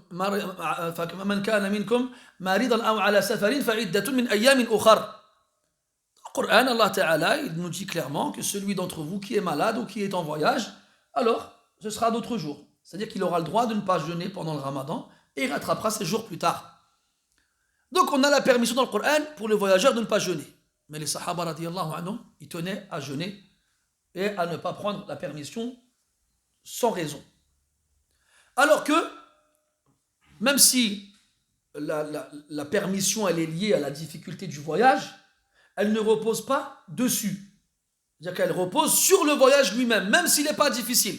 À partir du moment où tu es en voyage, tu as le droit de rompre le jeûne. Même si tu n'éprouves aucune difficulté à jeûner. Tu as le droit de rompre le jeûne, c'est une permission qu'Allah t'a donnée. Quand il dit sallallahu alayhi wa sallam dans le hadith, Inna Allah yuhibbu an tu'ta rukhasuh kama yuhibbu an tu'ta azaimuh. Allah il aime que l'on prenne ses permissions comme il aime qu'on exécute ses ordres. Donc tu as le droit. Ensuite, tu as le droit aussi de jeûner quand tu es en voyage. Et d'ailleurs, on a des hadiths qui vont dans ce sens-là. Anas radiyallahu anhu, il dit, nous étions en voyage pendant des journées très chaudes et personne ne jeûnait sauf le prophète et Abdullah ibn Rawah. Dans un autre hadith, il dit radiyallahu anhu, nous étions en voyage et il y avait parmi nous celui qui jeûnait, celui qui ne jeûnait pas. Et personne ne faisait de reproche à l'autre. Personne ne reprochait quoi que ce soit à l'autre. Le jeûneur ne reprochait pas à celui qui ne jeûne pas de ne pas jeûner, et celui qui ne jeûnait pas ne reprochait pas à celui qui jeûne de jeûner. Et il y a un troisième hadith dans lequel le prophète, encore une fois en voyage, sallallahu alayhi wa sallam, il voit, alors qu'ils marchent, ils avancent, un attroupement autour de quelqu'un. Il s'approche et demande qu'est-ce qu'il se passe. Et il voit un homme allongé par terre, évanoui. Qu'est-ce qu'il a? Il s'est évanoui parce qu'il jeûnait et il n'a pas supporté le voyage. Là, le prophète a dit, sallallahu alayhi wa sallam, il ne fait pas partie de la piété, du bien, que de jeûner en voyage. Donc comment on fait le lien entre tous ces textes en fait? On va comprendre que celui qui va jeûner en voyage et craindre un mal physique qui va le nuire, il est mieux pour lui de ne pas jeûner et de prendre la permission. Quant à celui qui ne craint rien, qui ne va pas craindre un mal quelconque en jeûnant, alors il a le droit de ne pas jeûner. Il a le droit de jeûner. Il a le droit de jeûner comme les Sahaba le faisaient. Et là, le prophète sallallahu alayhi wa sallam, il a bu en présence donc, de tout le monde pour leur montrer que c'est une chose qui est légiférée pour tout le monde. Parce que des fois, le prophète disait des choses, alayhi salatu wassalam, et les Sahaba ne savaient pas si c'était que pour lui ou que pour certaines personnes ou si c'était une obligation ou une recommandation. Et pour qu'ils sachent que c'était pour tout le monde, il le faisait. Il le faisait, alayhi salatu wassalam. Donc là, s'il a commencé en buvant devant tout le monde, c'est pour qu'ils comprennent tous que c'est pour tout le monde et pas seulement une permission qui lui est accordée. وصل النبي صلى الله عليه وسلم سيره حتى وصل بمر الظهران ووصل عشاء بعد غروب الشمس وبعد غياب الشفق وأمر الجيش بأسره أن يوقدوا نارا وأن ينتشروا في تلك المنطقة. لأجل ماذا؟ لأجل أن يراهم قريش من بعيد. وهكذا كان الأمر. خرج أبو سفيان ومعه حكيم بن حزام وغيره ورأوا النيران فتعجبوا ودهشوا وخافوا فقال أبو سفيان تفضل خفيف تفضل اسمح لي. فقال أبو سفيان ما رأيت كالليلة نيرانا قط ولا عسكرا. فكان الهدف من النبي صلى الله عليه وسلم في هذا الأمر أن ترى قريش الجيش ولو ليلا. ولما انتشروا ورأوا هذه النيران العديدة الكثيرة وقع وخطر ببالهم أن لكل نار فئة من الناس، فكان ذلك داخلا في المكر والكيد الذي يكون في الحرب ليذب الرعب في قلوب العدو. فقال بديل وكان أحد رفقاء أبي سفيان هذه خزاعة، لأنهم إلى الآن لم يبلغهم خروج النبي صلى الله عليه وسلم إليهم، فظنوا أن هذه النيران لخزاعة جاءت لتأخذ ثأرها مما وقع من بني بكر. فقال أبو سفيان لا، خزاعة أقل وأذل من أن تكون هذه نيرانها وعسكرها. Après cela, ils continuent leur chemin, ils arrivent à Mar al-Dhahran, très à proximité de la Mecque. Et là, ils sont arrivés de nuit. Il dit aux compagnons, à son armée, de s'éparpiller, se disperser dans l'endroit, et que chacun d'entre eux allume un feu. Ils sont 10 000. Ça fait 10 000 feux. Ils se sont éparpillés en pleine nuit, dans un endroit où on peut les voir de loin. Et effectivement, ça a attiré l'attention. Vous savez, les Arabes avant, ils étaient connus pour leur hospitalité. Et la nuit, ils se mettaient dans des endroits surélevés pour apercevoir des feux allumés de voyageurs pour aller justement les accueillir. Et là, à Mecca, Quraysh, ils se rendent compte de ces feux. Ils voient plein de feux allumés. C'est quoi tous ces feux? Alors Abu Sufyan, Warqa, Budayl et Hakim ibn Hizam, ils sortent. Quraysh, ils sortent de Mecca pour voir ce qu'il se passe. Et quand ils voient tous ces feux, ils sont étonnés, ils sont choqués. Ils ne s'attendaient pas à voir un nombre aussi conséquent de feux allumés, parce qu'eux partent du principe où un feu, il ne sert pas qu'à une personne. Si on est plusieurs, est-ce qu'on va allumer un feu chacun? On va allumer un grand feu, on va tous se mettre autour, on va allumer un feu pour tout le monde. Donc eux, ils se sont dit que non seulement il y a des milliers de feux, mais en plus, ils doivent servir, chacun d'entre eux doit servir à plusieurs personnes, ce qui fait un nombre de personnes énorme et conséquent. Et là, ils se demandent, c'est quoi ce feu-là? Qu'est-ce que c'est? Et là, Bouddha, il dit, peut-être que c'est Khuza'a qui est venu se venger de Banu Bakr et de nous qui les avons aidés pour ce qui s'est passé précédemment. Abu Sufyan dit non. Khuza'a, ils ne sont pas assez nombreux, ils ne sont pas assez forts pour avoir autant de feu et autant de soldats. Ce n'est pas eux. Parce qu'à ce moment-là, ils ne savent pas que le prophète est sorti pour aller à leur rencontre. Ils ne savent toujours pas. Donc la seule éventualité qui leur vient à l'esprit, c'est que Khuza'a est venu se venger de Banu Bakr. Et en même temps de Quraysh qui leur ont prêté main forte, même si ce n'était pas officiel. Donc qu'est-ce qui se passe? Abu Sufyan, il choisit de se renseigner, de s'approcher. فدنا أبو سفيان من معسكر النبي صلى الله عليه وسلم وصادف العباس يتجول بين الخيم على بغلة النبي صلى الله عليه وسلم. فرأى أبو سفيان العباس وقال أبا الفضل، وعرف العباس صوت أبي سفيان فقال أبا حنظلة؟ قال نعم. ما لك؟ فداك أبي وأمي، ما الأمر؟ ما شأن هؤلاء؟ فقال له العباس رضي الله عنه هذا رسول الله في الناس وصباح قريش، هذا رسول الله في الناس وصباح قريش. فقال سفيان فما الحيلة؟ فداك أبي وأمي. فقال العباس والله لئن ظفر بك أو لئن ظفر بك ليضربن عنقك. فاركب في عجز هذه البغلة حتى آتي بك رسول الله صلى الله عليه وسلم فركب. Donc là, Abu Sufyan, il veut savoir ce qui se passe. Il approche. Et en arrivant sur place, il tombe nez à nez avec Al-Abbas, radiyallahu anhu, qui était sur la mule du prophète, alayhi salatu wassalam, et qui circulait parmi le campement des soldats musulmans.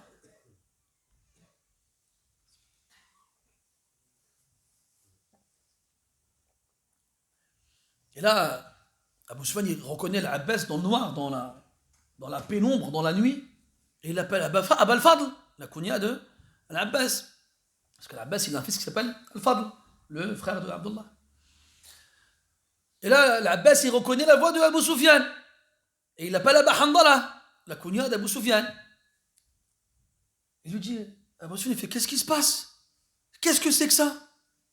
Et là, Al-Abbas, il lui répond, ça c'est le messager d'Allah. Il est venu avec les gens. Wa sabaha Quraysh.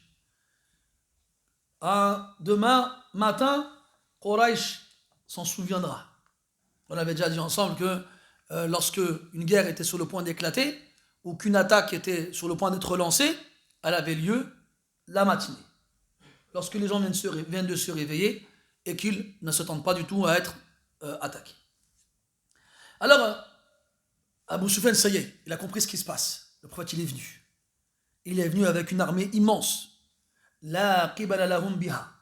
Aucune possibilité de résister à cette armée-là. Alors, il dit à Al-Abbas, que faire, Malhina? Quelle solution envisager? Et là, il lui dit, écoute, si jamais on t'attrape, toi, tu seras décapité. Viens avec moi, monte derrière moi sur l'arrière de ma mule, et je t'emmène au prophète, alayhi salatu wassalam. Alors, Abu Sufyan, il monte. Et alors que l'Abbas, il conduit Abu Sufyan auprès du prophète, man ra'ahum Omar. رآهم عمر رضي الله عنهم وعرف أبا سفيان فقال ها أبو سفيان عدو الله والله الليلة لا يطير رأسك أو كلام من هذا المعنى قال الحمد لله الذي أمكننا منك بغير عقد ولا عهد واشتد إلى رسول الله صلى الله عليه وسلم وركض العباس البغلة فسبق إلى رسول الله صلى الله عليه وسلم. Alors qu'il se rendait vers la tente du prophète alayhi salatu wasallam, sur qui est-ce qu'il tombe? Omar. Omar, il reconnaît Abu Sufyan, il dit quoi? Abu Sufyan, l'ennemi d'Allah, alhamdulillah qu'Allah m'ait permis d'être en ta présence sans que tu ne sois protégé par un pacte ou par une promesse. Et là, Omar, il commence à courir vers la tente du prophète pour arriver le premier. Al-Abbas, il fait galoper la mule pour le dépasser. Et il arrive avant Omar, auprès du prophète, alayhi as-salatu was-salam. ماذا قال العباس ومعه أبو سفيان لما دخل على النبي صلى الله عليه وسلم يا رسول الله هذا أبو سفيان وهو في جواري قد أجرته وإذا بعمر يدخل على أثرهما قائلا يا رسول الله دعني أضرب عنقه.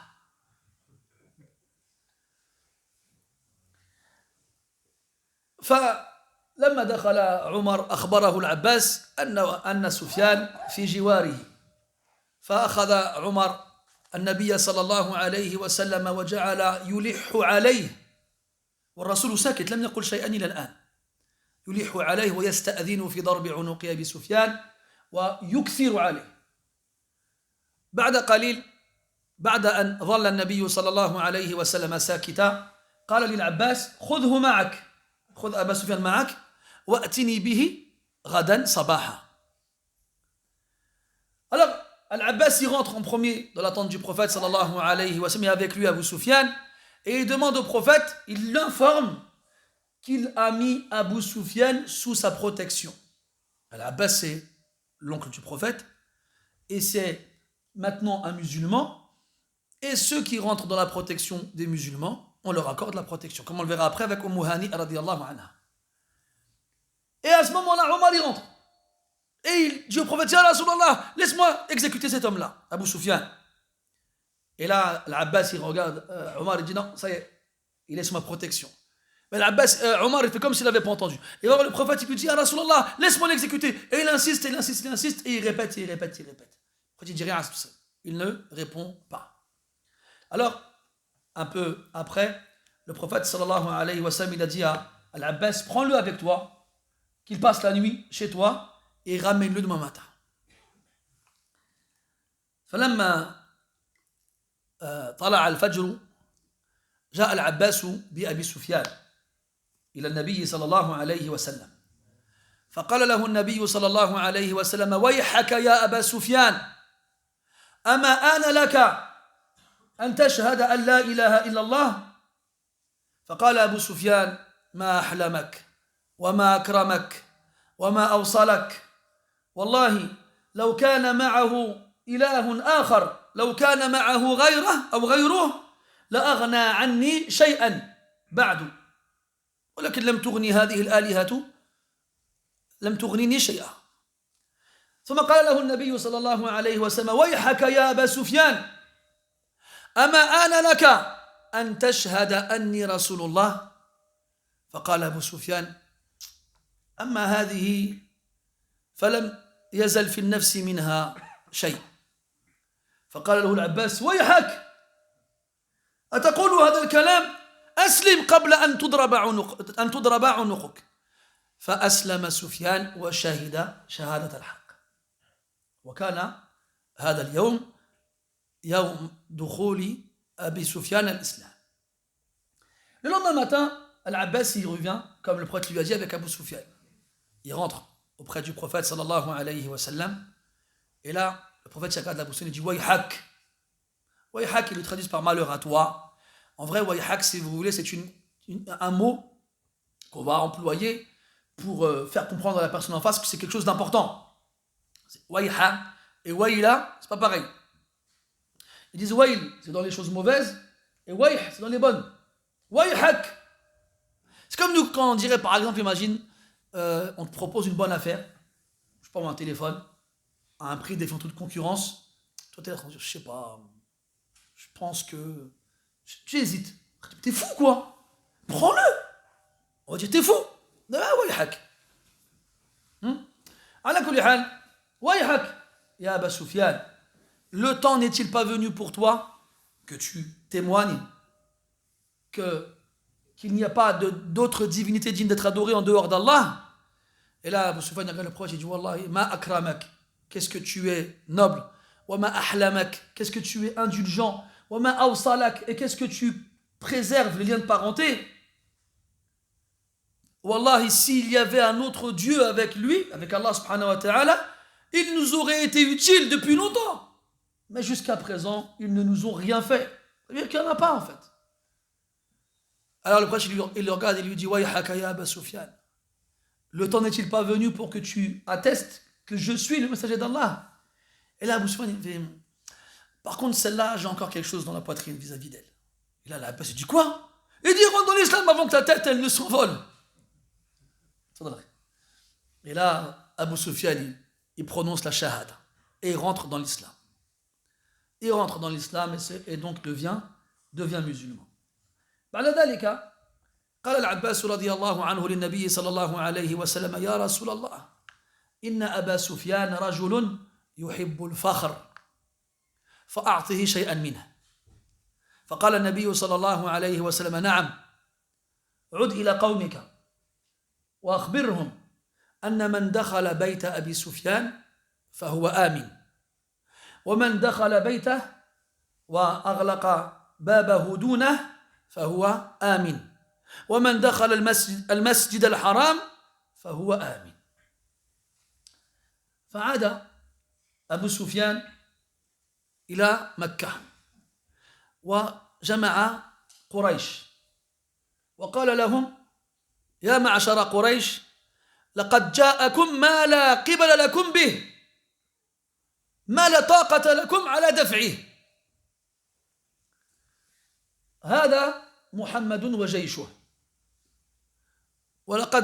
وهو يقول لكم من دخل بيت أبي سفيان فهو آمن فقالوا بصوت رجل واحد قاتلك الله وماذا يغنينا بيتك عنهم ثم أكمل الحديث وقال من دخل بيته فهو آمن ومن دخل المسجد الحرام فهو آمن. وهنا الفخر الذي يحبه أبو سفيان هو أنه صار زعيم القوم وهو يحظى بنسب شريف منذ عهد قديم بل منذ ولادته فهو في قومه مطاع ومسموع. فلذلك بدأ النبي صلى الله عليه وسلم ببيته. ولو قال أبو سفيان لقريش تهيأوا واستعدوا ودافعوا عن أنفسكم وادفعوا العدو لربما أطاعوه رغم قلة عددهم أمام هذا الجيش الهائل. لكن لما جاءهم زعيمهم وقال لهم هذا القول أثر في عزيمتهم تأثيرا بالغا وأخذ منهم كل قوة وعلموا وأيقنوا أن الغلبة ستكون للنبي صلى الله عليه وسلم. فلم يقم أحد ضد هذا القول ولم يحاول أحد أن يقاتل بعد ذلك. وهذا من مكائد الحرب. فأرضى النبي صلى الله عليه وسلم أبا سفيان وفي الوقت ذاته نزع من قلوب قريش كل إرادة وكل عزيمة. وهذا لا يتوصل إلى ذلك إلا الموفق. Après, Al-Abbas, radiallahu anhu, il dit au prophète, alayhi salatu wasalam, après la conversion d'Abu Sufyan, il lui dit, Abu Sufyan est un homme qui aime pas l'orgueil, qui aime non, le prestige c'est bien. Non, cela non. Ah, c'était toi, Harry. Prestige, mashallah. Barakallahu fikum. Le prestige. Abu Sufyan, c'est un noble. Abu Sufyan, c'est un homme riche. Abu Sufyan, c'est un homme respecté et écouté auprès des siens. Et comme on a dit tout à l'heure, c'est un homme, c'est lui qui a pris la tête de Quraysh après la mort d'Abu Jahl. Et donc, il est habitué depuis toujours à un certain comportement de la part des autres vis-à-vis de lui. Et on doit prendre en compte ces choses-là. Le prophète dit sallallahu alayhi wa sallam, إذا نزل بكم كريم قوم فأكرموه. Et il dit sallallahu alayhi wa sallam, نزلوا الناس منازلهم. Il a dit alayhi wa sallam, quand un homme noble s'arrête chez vous, alors honorez-le. Respectez son rang. Même s'il n'est pas de vôtre, le fait qu'il ait un rang chez soi, chez lui donne une importance ailleurs. Et il dit aussi, alayhi salatu wassalam, mettez les gens à leur place. Nazilu nas manazilahum. Mettez les gens à leur place. Et ça, c'est tout le temps. Aujourd'hui, mathalan, quelqu'un, il vient chez toi, c'est un ami à toi, il travaille avec toi, il a une maison comme la tienne, une voiture comme la tienne, voilà, tu vas te comporter avec lui d'une certaine façon, décontracté, normal. Demain, ton patron, il dit, je suis en bas de chez vous, là, je peux passer? Hein? D'accord? Et là, le temps qu'il monte dans l'ascenseur, tu retournes toute la maison. Tu jettes les jouets, tu passes un coup de balai, tu mets un poulet dans le four, tu dis à tes enfants de mettre leurs plus beaux vêtements, il y a quelque chose. Nous tous, après l'exemple, il peut être accepté ou non, c'en est un parmi tant d'autres, mais nous tous, on va faire attention à notre comportement vis-à-vis du rang de la personne en face. Tu ne vas pas te comporter avec le riche comme tu te comportes avec le pauvre. Tu ne vas pas te comporter avec le patron comme tu te comportes avec l'employé. Tu ne vas pas te comporter avec la personne importante comme tu te comporterais avec la personne qui ne l'est pas. La vraie question, c'est qu'est-ce qui détermine l'importance des gens? C'est quoi? Est-ce que c'est son salaire, sa voiture, sa maison, son travail, sa fortune ou son dîne? C'est quoi? C'est des choses à savoir. Et nous, malheureusement, aujourd'hui, on donne de la valeur à des choses qui n'en ont pas. Si quelqu'un il vient, moi je me souviens une fois, il y a quelqu'un, il est venu avec un joueur de foot d'une grande équipe qui s'était converti à l'islam. Je te présente un tel, il s'est converti à l'islam. Machallah, c'est très bien, machallah, marhaba avec tout ça. Et il joue au PSG. Et alors? Il peut même jouer, je sais pas moi, voilà. Qu'est-ce que ça change? Pourquoi ce détail en fait? Comme si jouer au PSG, ça lui donnait une plus-value. Ça lui change rien. Ça change rien. Mais le problème, c'est que les gens, justement, ils vont s'asseoir autour de lui parce qu'il joue au PSG. Et depuis quand le PSG, ça te donne une valeur? Depuis quand? PSG, OM, moi je m'en fiche. Hein. Ceux qui au fond d'eux sont en train de dire, ouais, super l'OM. Non. Il n'y a ni OM, il n'y a ni PSG, il n'y a rien. Voilà. Et c'est le problème. C'est qu'on va donner de l'importance aux gens en fonction de leur, je sais pas moi, leur rang social ou leur fonction ou bien leur statut hiérarchique ou j'en passe et d'autres, mais ça vaut rien ça auprès d'Allah subhanahu wa ta'ala, ça vaut rien. Mais malheureusement, si tu veux savoir qu'est-ce qu'il y a dans le cœur d'une personne, regarde à quoi il donne de la valeur. Regarde à quoi il donne de la valeur. Celui qui donne de la valeur à l'argent, il n'a pas de valeur lui-même. Comme il disait Al-Biri quand il parle de l'argent et de la science, il dit la science, c'est elle qui te protège. L'argent, c'est toi qui le protège. L'argent, si tu ne le surveilles pas, il part. La science, elle te surveille et elle t'accompagne où que tu sois. Et tu ne peux pas la perdre. L'argent, quand tu le dépenses, il n'y en a plus. La science, quand tu le dépenses, tu en as encore plus. Et ainsi de suite. Regardons qui a de l'importance et pourquoi. Et après, on verra qu'est-ce qui a de l'importance dans nos cœurs. Al-Muhim. Donc Abu Sufyan, il arrive à Mecca. Pardon, Al-Abbas, il dit au prophète, il aime le-fakhr, il aime le prestige. Alors, donne-lui un peu de cela. Il était important avant. Il ne peut pas tout perdre du jour au lendemain. Il faut lui garder quelque chose quand même. C'est dur quand même. Tu n'étais pas un musulman, tu avais la belle vie, les gens te respectaient, ils te montraient du doigt, ils étaient contents quand ils te voyaient. Tu deviens musulman, tu ne vaux plus rien. Tu perds tout. Le neuf, il va prendre un coup. Et c'est dur pour quelqu'un qui vient de rentrer dans l'islam. Alors il faut le ménager. Et il faut adapter la relation. Et donc, il lui dit, donne-lui quelque chose de cela. Donne-lui un peu. Et après, il dit, d'accord.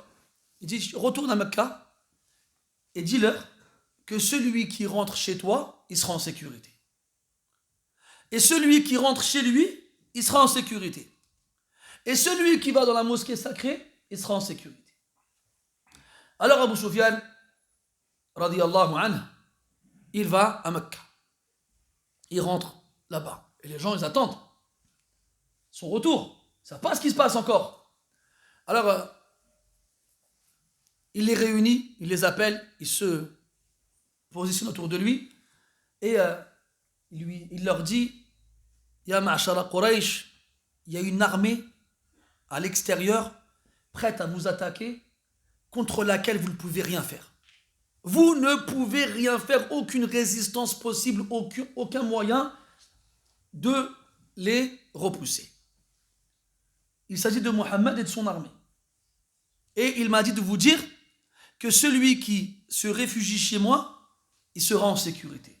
Et eux, à ce moment-là, leur volonté, elle s'est effondrée.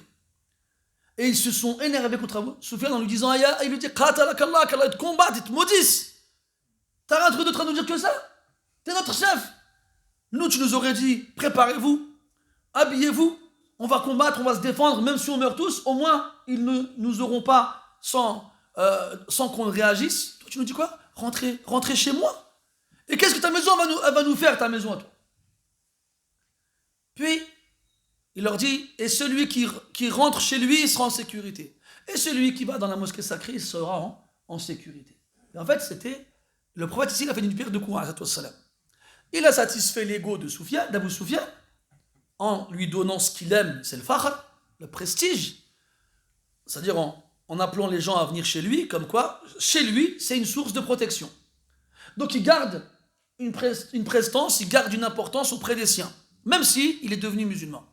Et la deuxième, c'est qu'il a détruit leur volonté.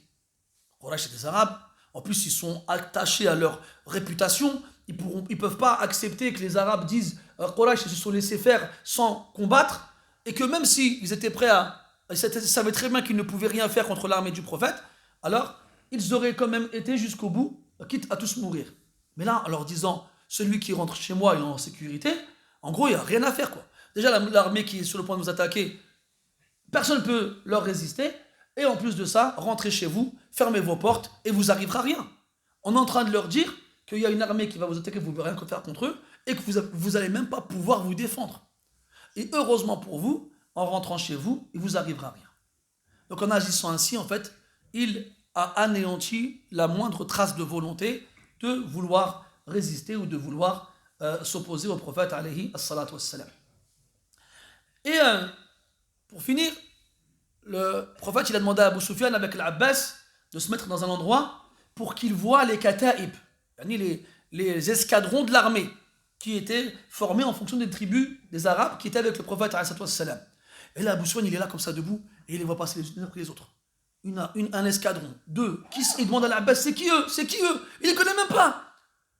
Et quand on lui dit Foulan ou Banu Foulan, il dit Mali ou Ali Bali Foulan.